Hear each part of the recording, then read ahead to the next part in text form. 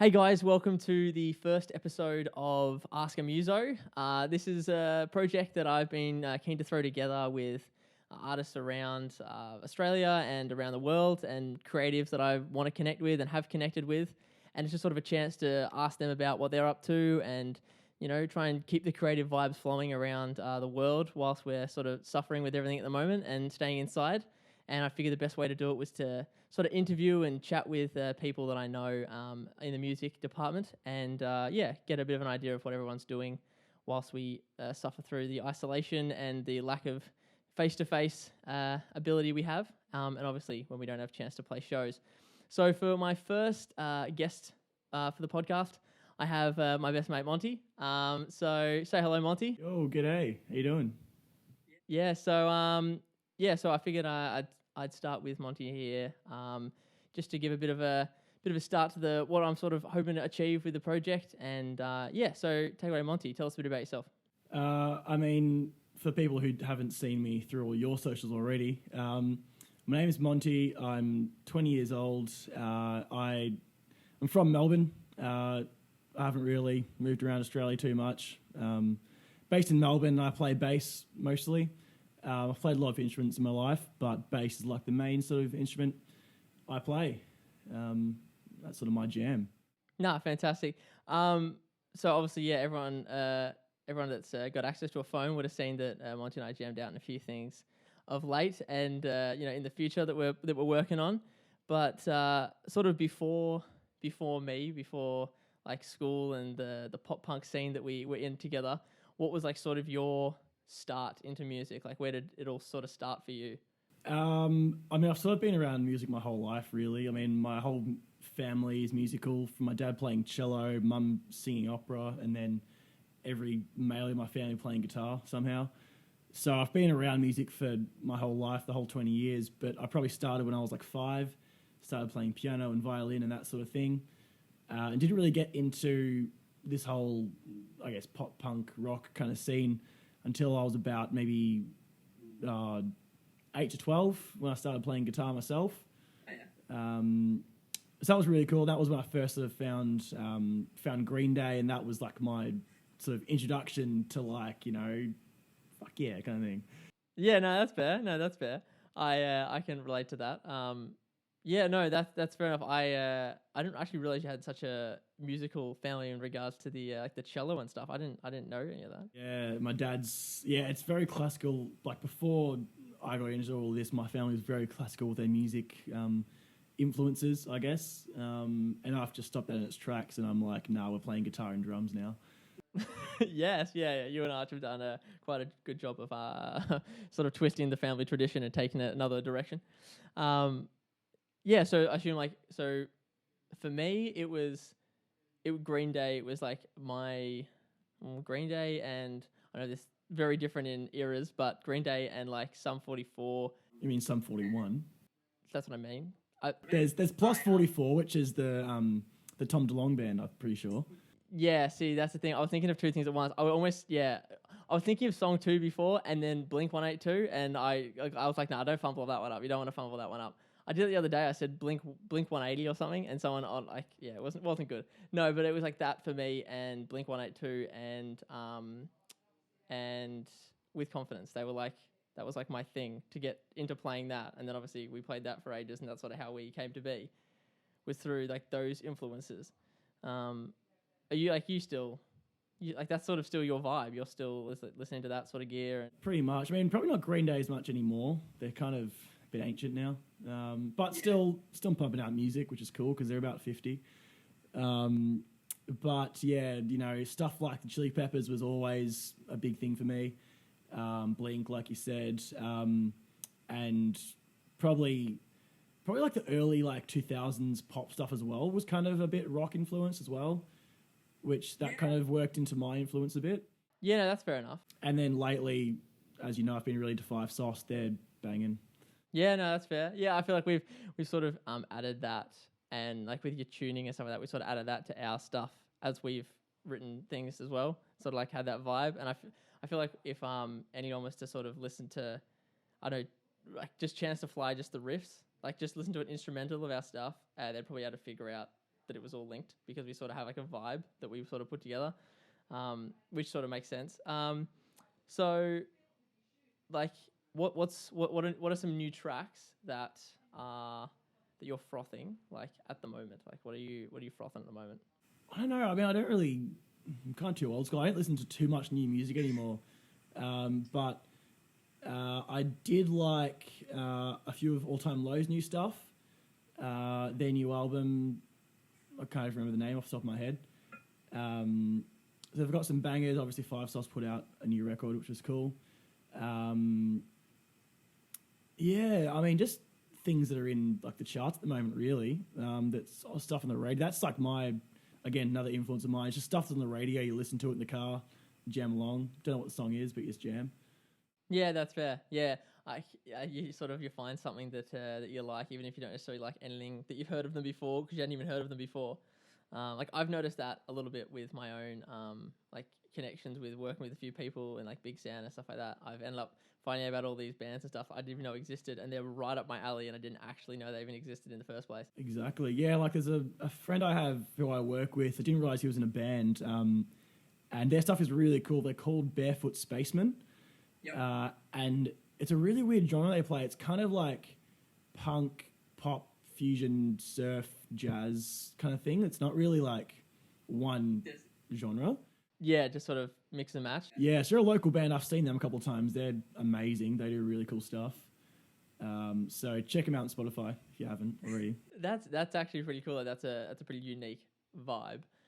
Because obviously you've played in a few bands in the time, like with school and all that stuff, like BCE and stuff like that, as well as Quarter Life, things like that. Yeah, well, that's the thing. Yeah, there was Quarter Life with the whole pop punk vibe, and then for my VCE, I ended up doing a lot of jazz and fusion funk kind of things, and that's what really set off my bass playing career, I suppose.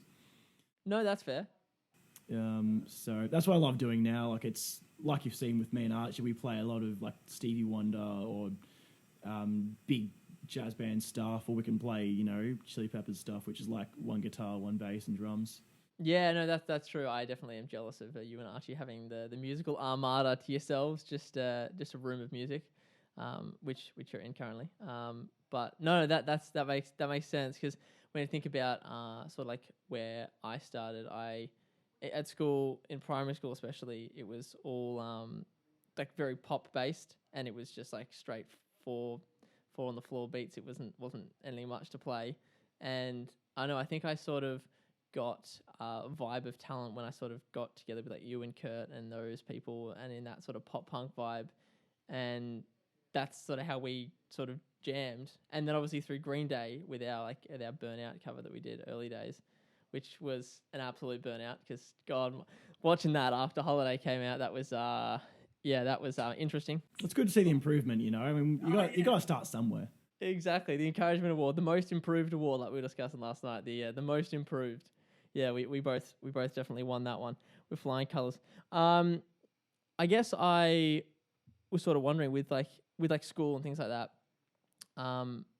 What are you like, working on anything? Like, are you sort of in contact with anyone like that from school that is still playing and stuff like that? Because obviously, like before all this happened, but were you doing anything with anyone else or? Yeah, like as you said, we had the band Quarter Life, which was in sort of high school and year 10 to 12 kind of thing.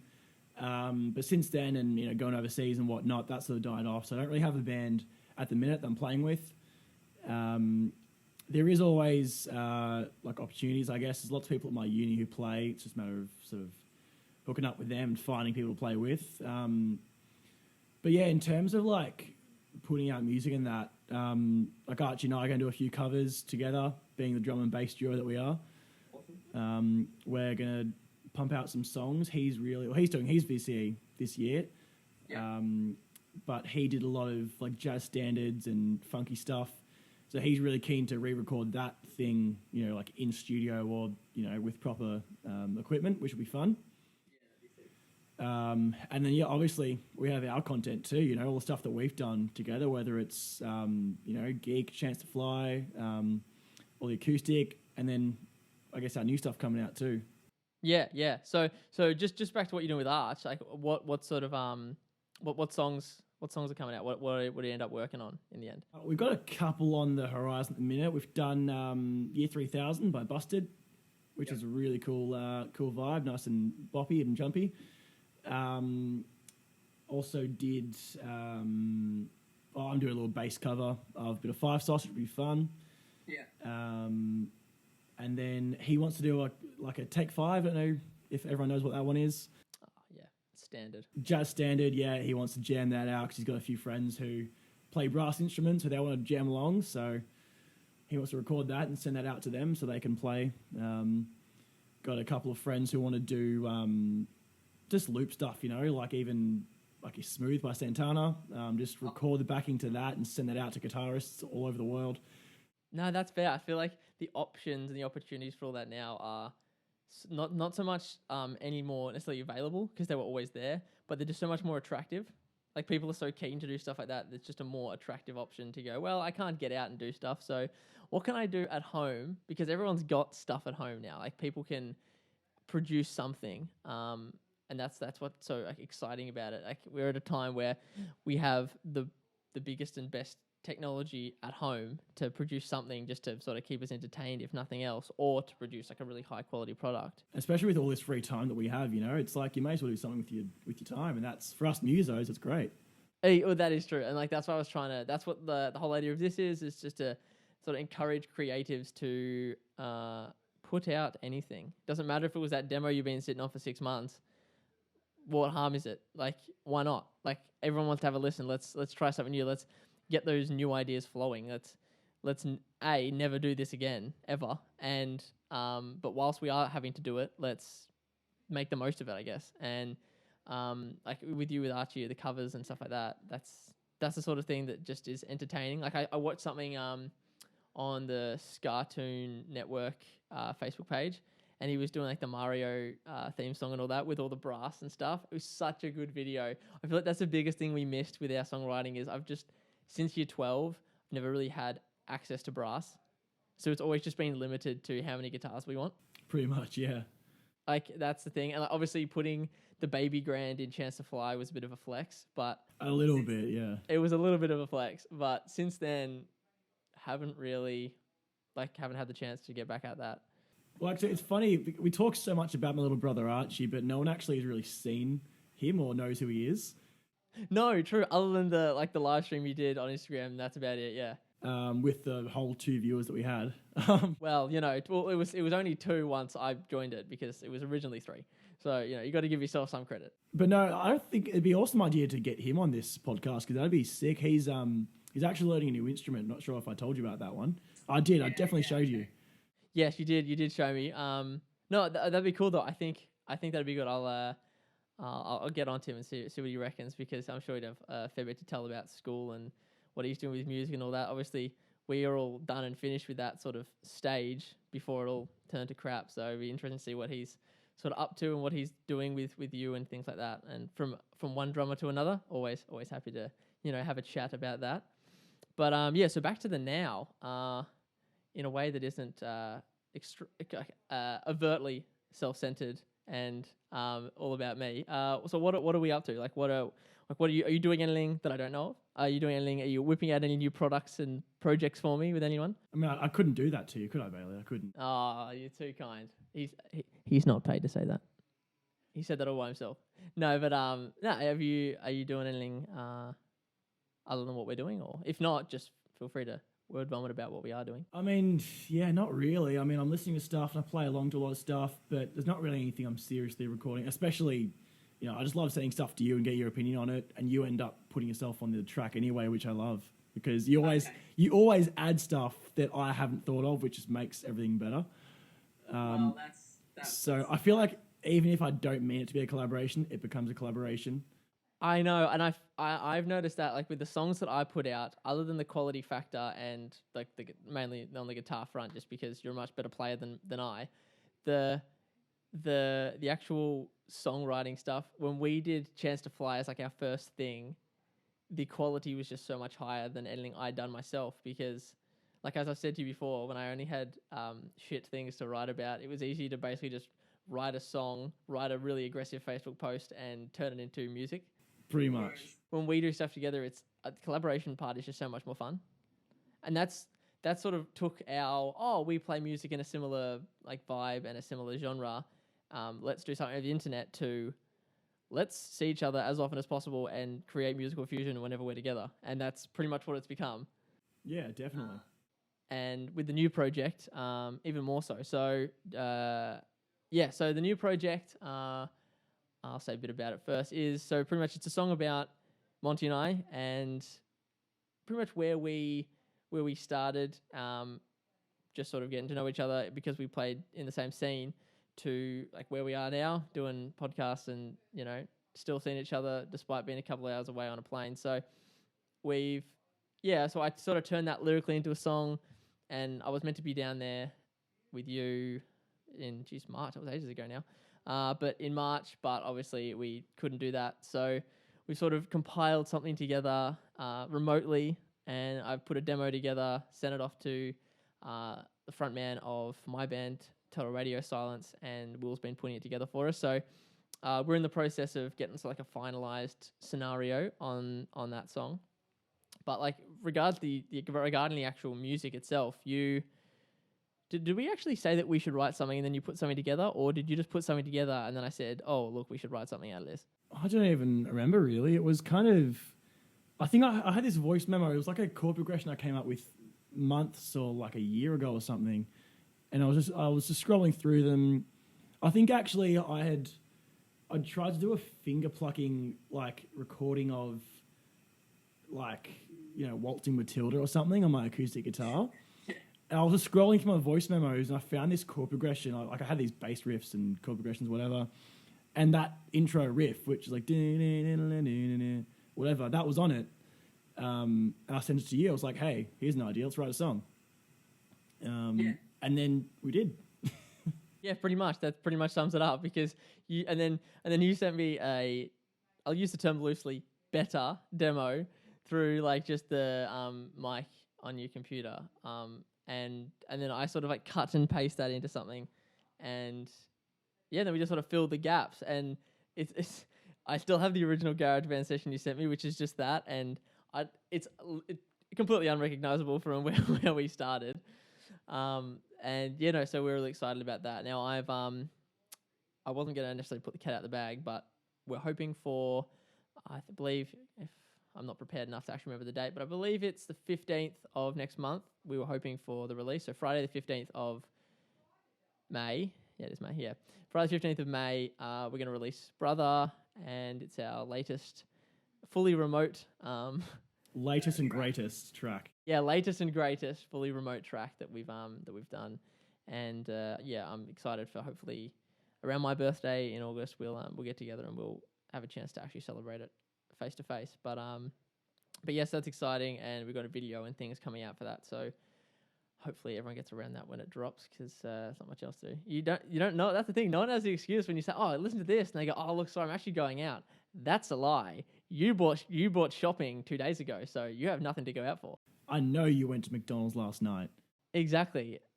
Unless you're buying Guzman or you're getting puzzles and Lego from Big W, you have no excuse.